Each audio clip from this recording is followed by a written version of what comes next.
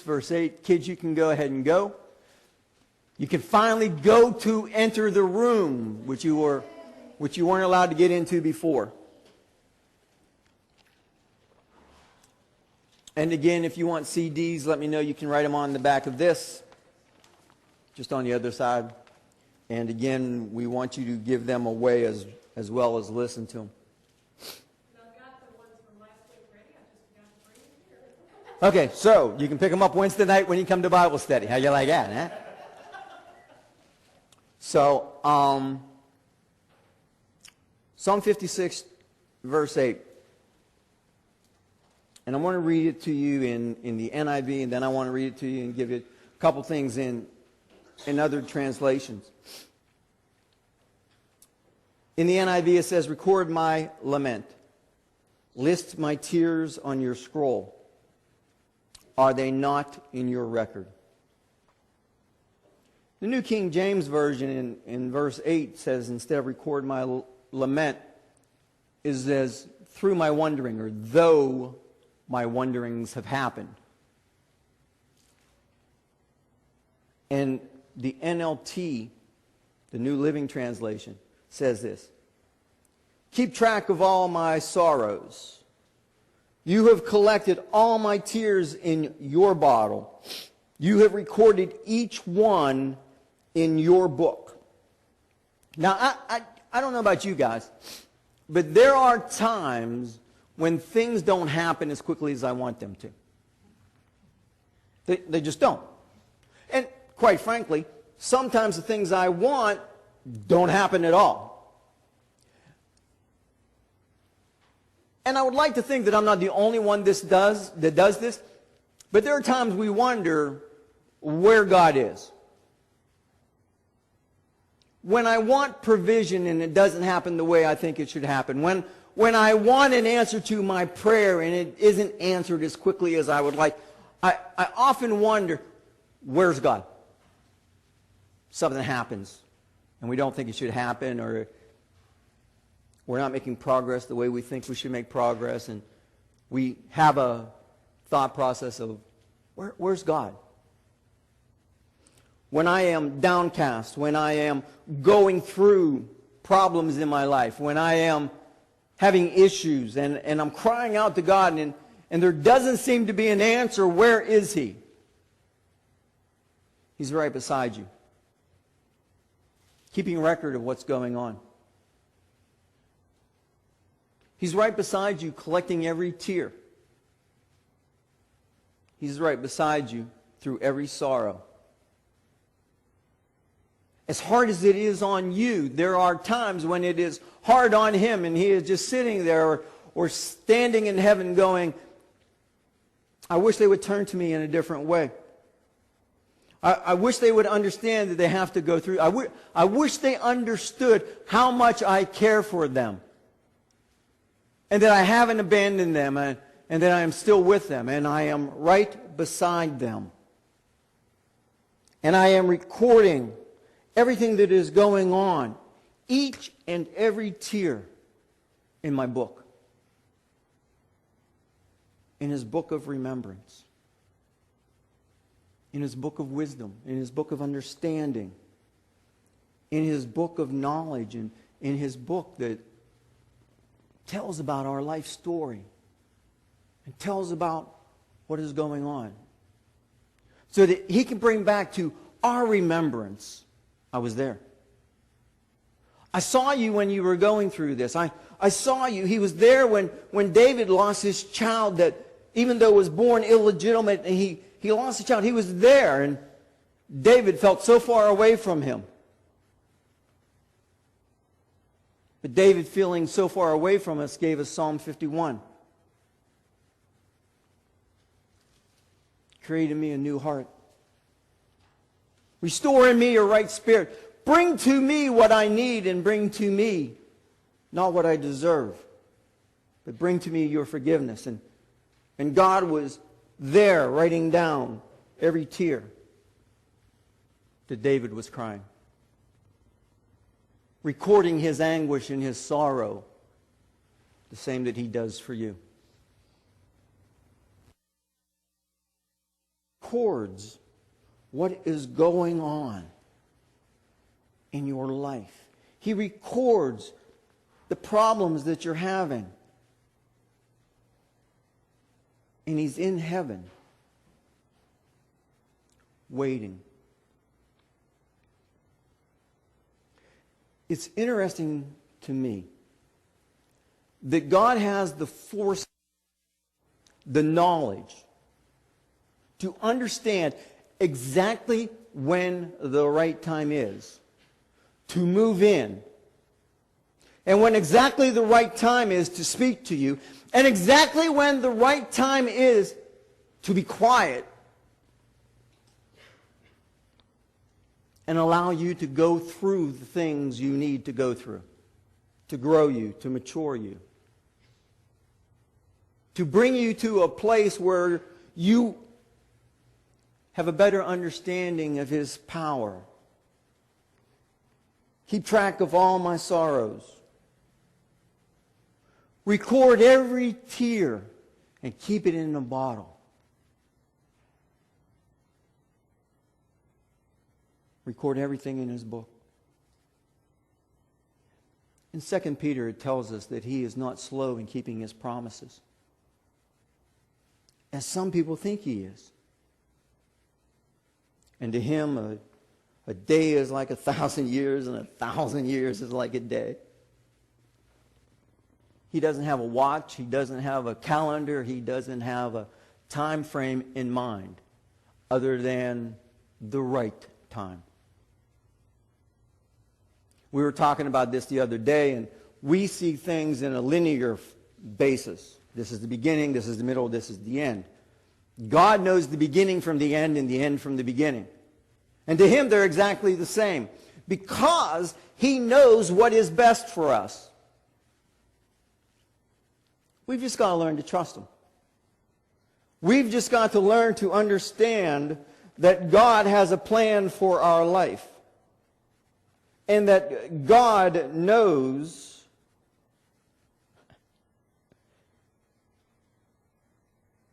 exactly what we need. Exactly what we should have. Exactly the right time. Turn to Exodus chapter 2, verse 23.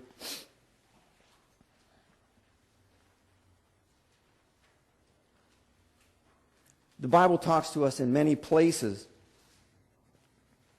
about due season, about due time, and I'll talk about those in a minute. But we've got to understand that God has the exact right time for us to do what we are called to do. The exact right time. And we're so worried about whether we're going to be late or whether we're going to be early or whether God's going to be on time. There is an exact right time. In Exodus chapter 2, verse 23, it says this. During the long period, the king of Egypt died, and the Israelites groaned in their slavery and cried out in their cry for help because the slavery went up to God. A long period of time in Exodus chapter 2, verse 23. Exodus chapter 2, verse 23. During a long period of time, the king of Egypt died. The Israelites groaned in their slavery.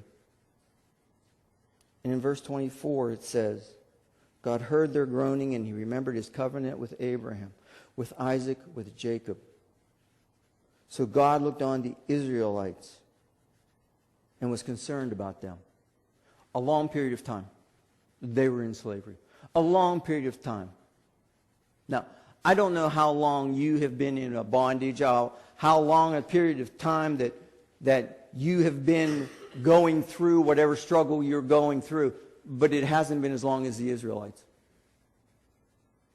And I honestly believe that there was a point in time where the Israelites were saying, where are you? Why have you abandoned us? Why have you forsaken us? You gave us a covenant that we would be in a land flowing with milk and honey. Well, I'm a slave, making bricks, serving a taskmaster for a long period of time. A long period of time. In the next chapter of Exodus, in chapter 3, God speaks to Moses in verse 7. And he said, the Lord said, I have indeed seen the misery of my people in Egypt. I have heard them crying out because of the slave drivers, and I am concerned about their suffering. So I have come down to rescue them from the hand of the Egyptians and to bring them out into a land, into good and a spacious land, a land flowing with milk and honey. I've seen your cries. I've seen your misery. I've heard you crying out. Do you understand that no matter where you are at, no matter what problem you have, God has seen your misery and He has recorded it. No matter what you have gone through, God has heard your cries and He has kept your tears in a bottle. No matter what circumstance you're in at this moment, God is telling you He's concerned.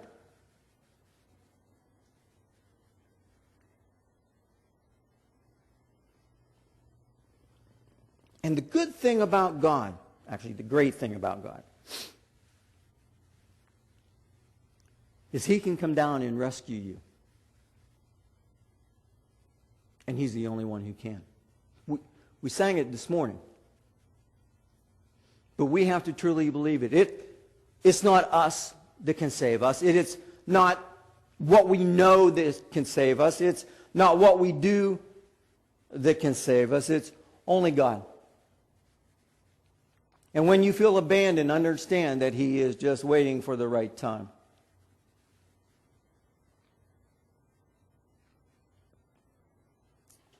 It says in the fullness of time, God sent His Son. In the fullness of time.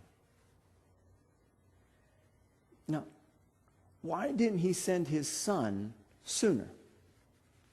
I mean, it was 4,000 years from the fall to the crucifixion. That's a long time to be waiting. In Exodus, it's interesting to me that Moses went to Pharaoh and started the process of freedom. But there was still a point that God said, it's not time yet. Jessica and I, years ago, were in a store, and we were looking at things. It was around Easter time. And we noticed that they had this puppets, the 10 plagues, for Passover, for the people who celebrate Passover. 10 plagues.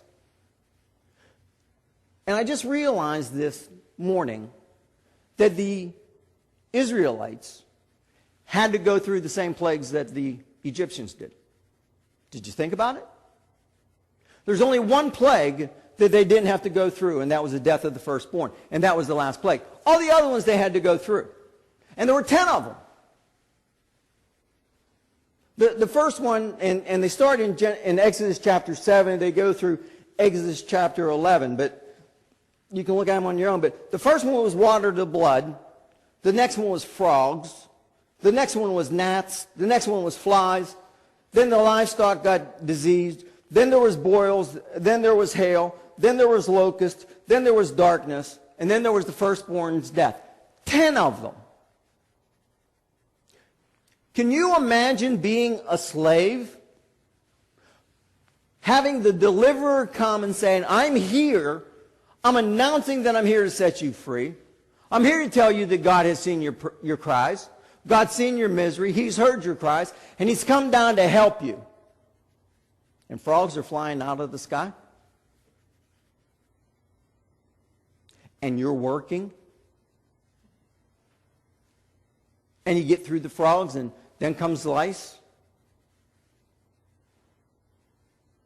And then you get done with the lice, and then comes something else. You'd be wondering, wait. Time. I thought deliverer was here. It just kind of seems like you are bringing me more trouble. 10 plagues. For those of you who were last week, hopefully you remember that 10 is the number of God's authority in God's government. God cannot move in your life until you recognize His authority and people around you recognize His authority.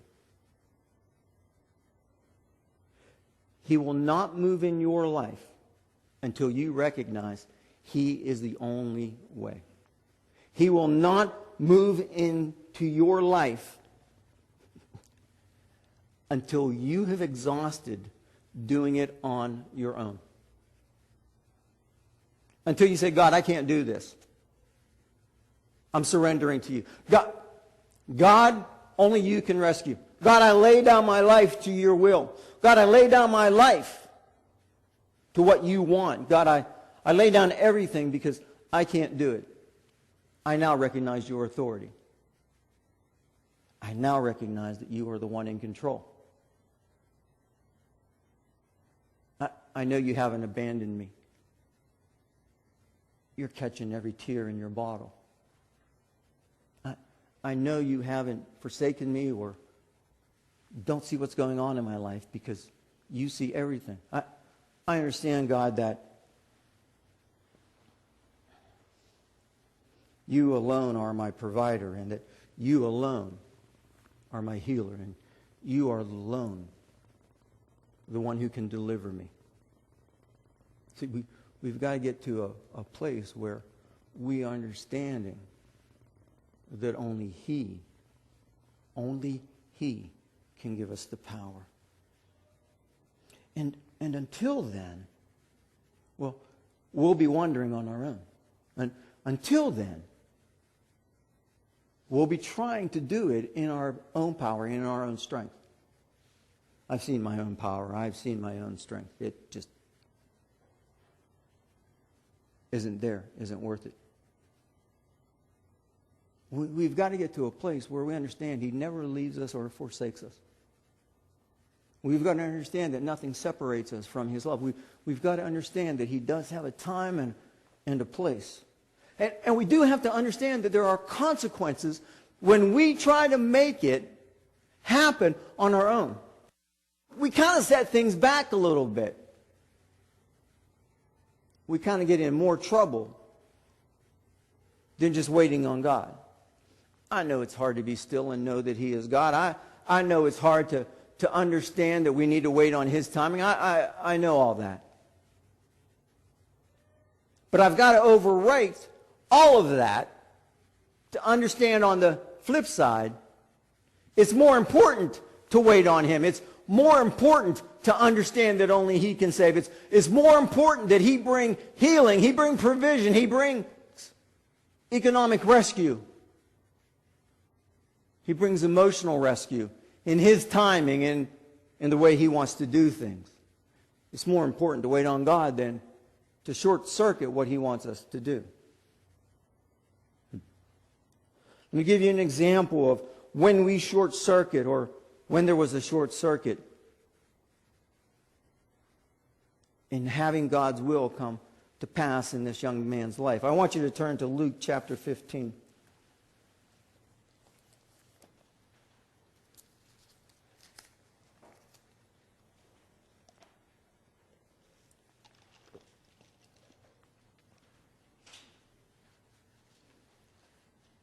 I've heard a lot of teachings on the prodigal son. And I've read the prodigal son a lot of times, and I understand that we have all gone away from God, and we've all run away from Him, and we've wanted Him to come back. And I've heard the teachings of God's power and God's patience waiting for the prodigal son to come back. But I want to give you a little different viewpoint. It kind of is the way I am. Jesus continued speaking, he continued giving them parables. And he said there was a man who had 2 sons, and the younger one said to his father, "Father, give me my share of the estate," or "Give me my inheritance now." What he was in essence saying is, I don't want to wait until you die to get your money. Let me have your money now.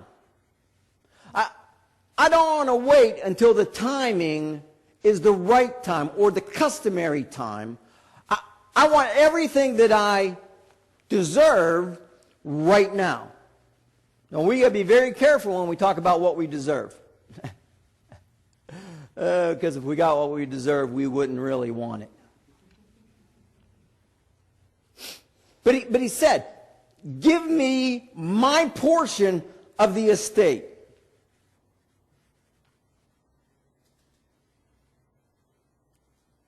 I don't want to wait anymore. You may not die for another 10, 20 years. You may not die for another 30 years. If God blesses you with long life, you may live to be 100. I don't want to wait anymore. I want your money now. Have we ever prayed to God that way? I know you have a better plan, but I want it now. Have you ever prayed, "Lord, give me patience now"? Knowing full well that patience only comes through testing and trials and maturing of our... we don't want that. We want the easy road. Give it to me now, God.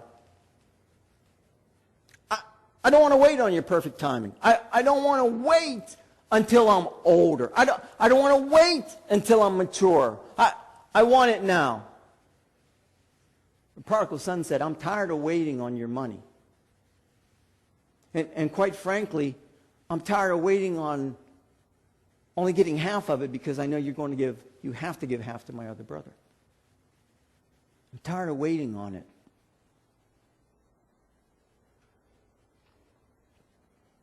It's been too long. And I don't see it coming to pass. It's been, hours since I prayed, God. Why hasn't it come true yet? I'm tired of waiting. I don't want to persevere. I don't want to go through it. I don't want to feel the pain or the uncomfortableness anymore. I want it now. I want everything now. I want your provision the way I want it to be done. I don't want to wait anymore.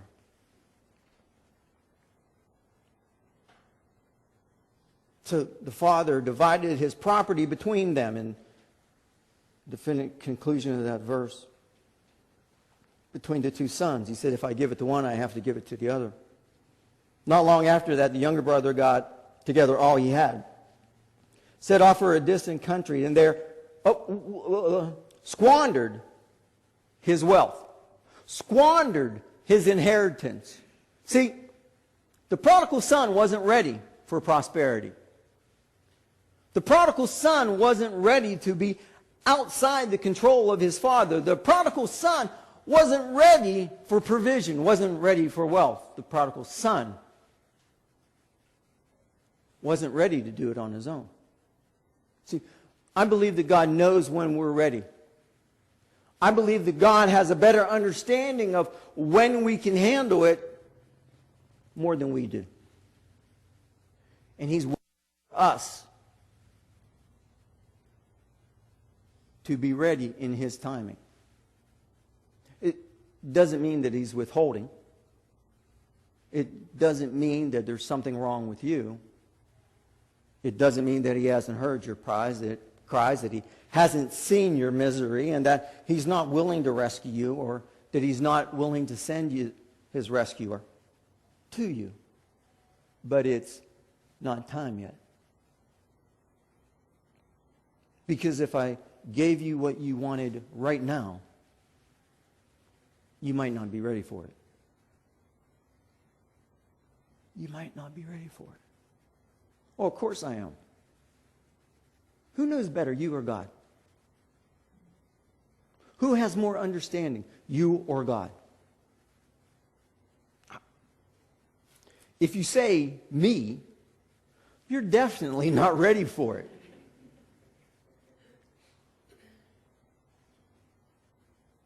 Because in essence, what this young man was saying to the father figure, and we often say to God, I know better than you.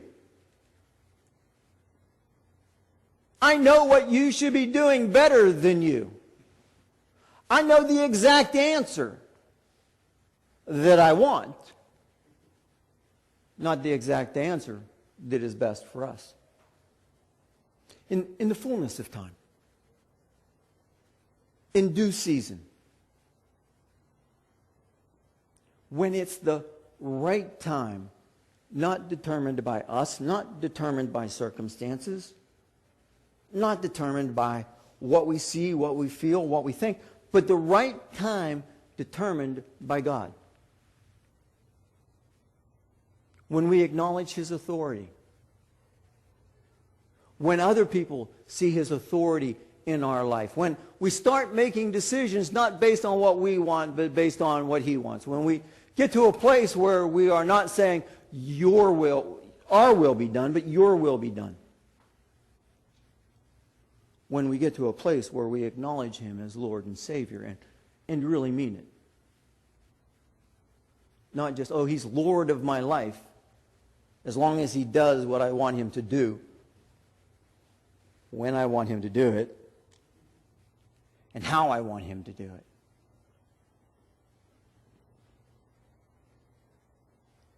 When we can truly say, like we sang this morning, on that day when my strength is failing, I'm still going to praise You. Even when things aren't going the way I want them to go, I'm still going to praise You. And I'm still going to acknowledge You as my Lord and Savior. Even when I think You're not there, I'm going to respond as if You are, and I'm going to realize that if You haven't moved yet, it's not the right time. And that You're just up there, recording all my sorrows, catching all my tears, and writing them down in Your book. I'm going to remember that. And if I'm not as prosperous as I think I should be, maybe all I would do is go out and squander my wealth. Maybe if You gave me provision, I wouldn't be a good steward of the money that You gave me. Maybe if You healed me right this minute, I would attribute it not to You, but to the doctors, to the medicine, to the things that they have done to me. Maybe instead of, bless you, understanding that it's a blessing from God, I would think it was something that, oh, because I was living right, God did this for me. And if He hasn't done it for you yet, that's because you're not living exactly the way you should. Instead of giving God glory, instead of giving God praise, we take it on our own and take it for ourselves. Oh, God, give me patience and give it to me now. But you might squander it. We know what happened to the prodigal son, but we don't ever see that that could happen to us. If God answers our prayers too early, not in His timing, not in the right time, not according to His will and according to His way, we could have it too early.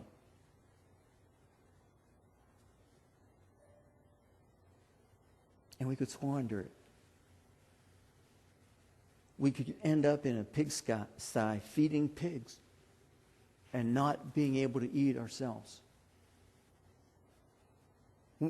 We could end up feeling cast down and cast out. We could end up abandoning God because we had things too early. We could end up in a world of hurt if we don't allow God to do it in His right timing.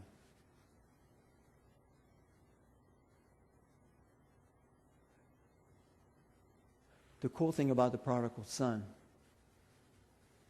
is he did come to his senses and return back home.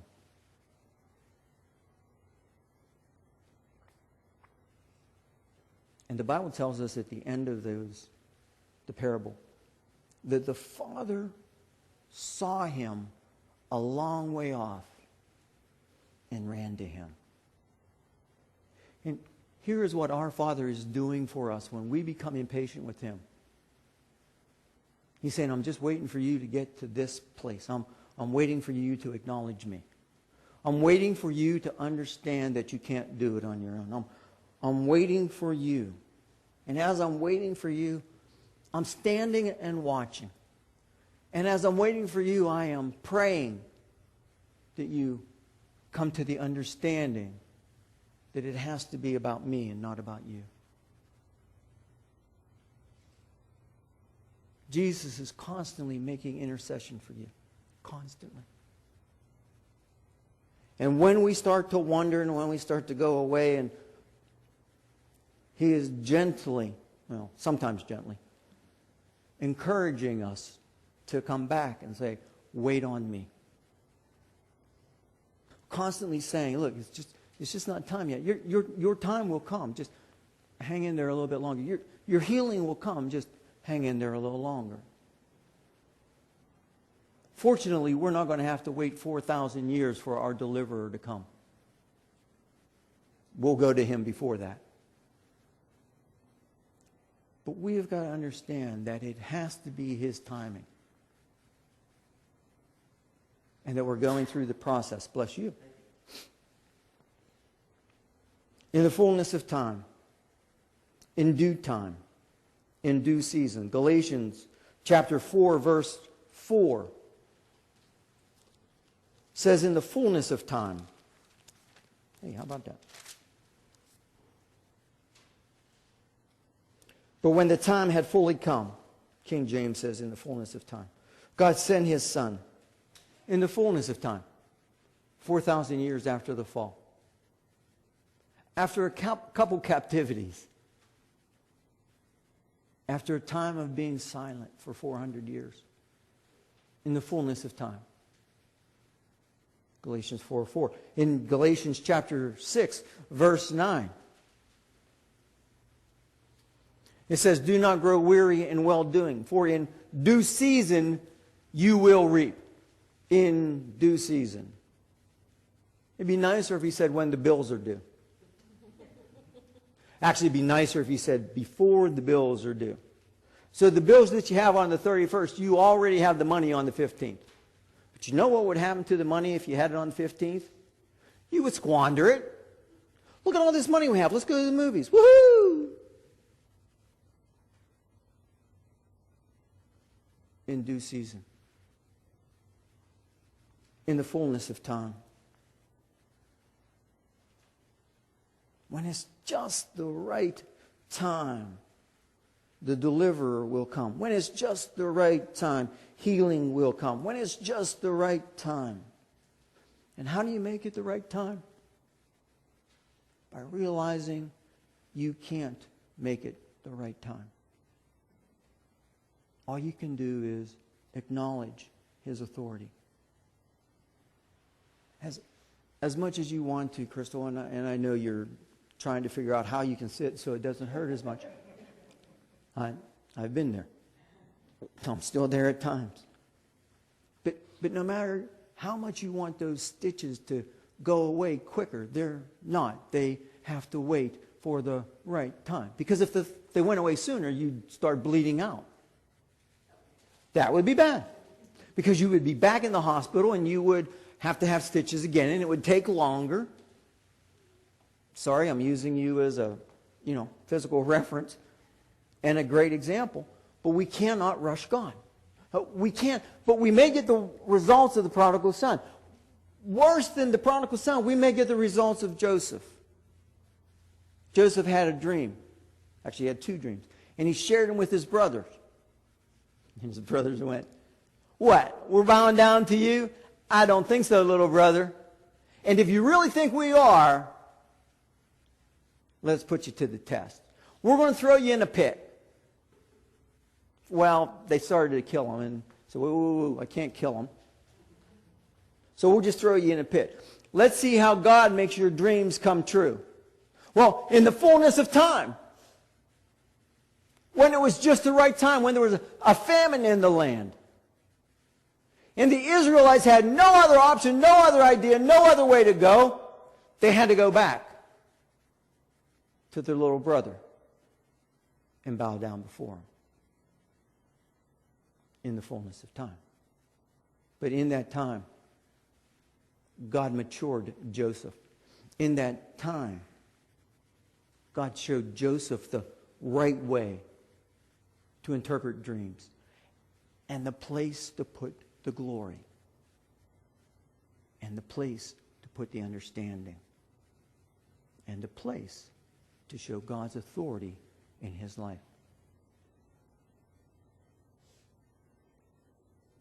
It's better for us, if we don't try to rush God. It's better for us if we don't always get what we want.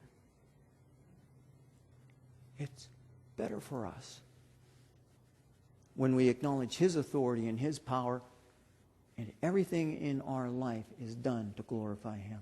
It's better for us when we wait on his timing. Because in waiting for his timing, we become more mature. We become more able to handle what he gives to us. And instead of squandering,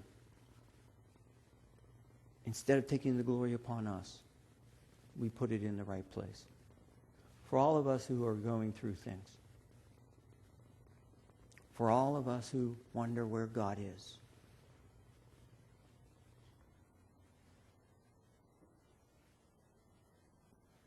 we have to understand that he is right there with us, watching us. He is right there with us, having compassion for us. He is right there with us, encouraging us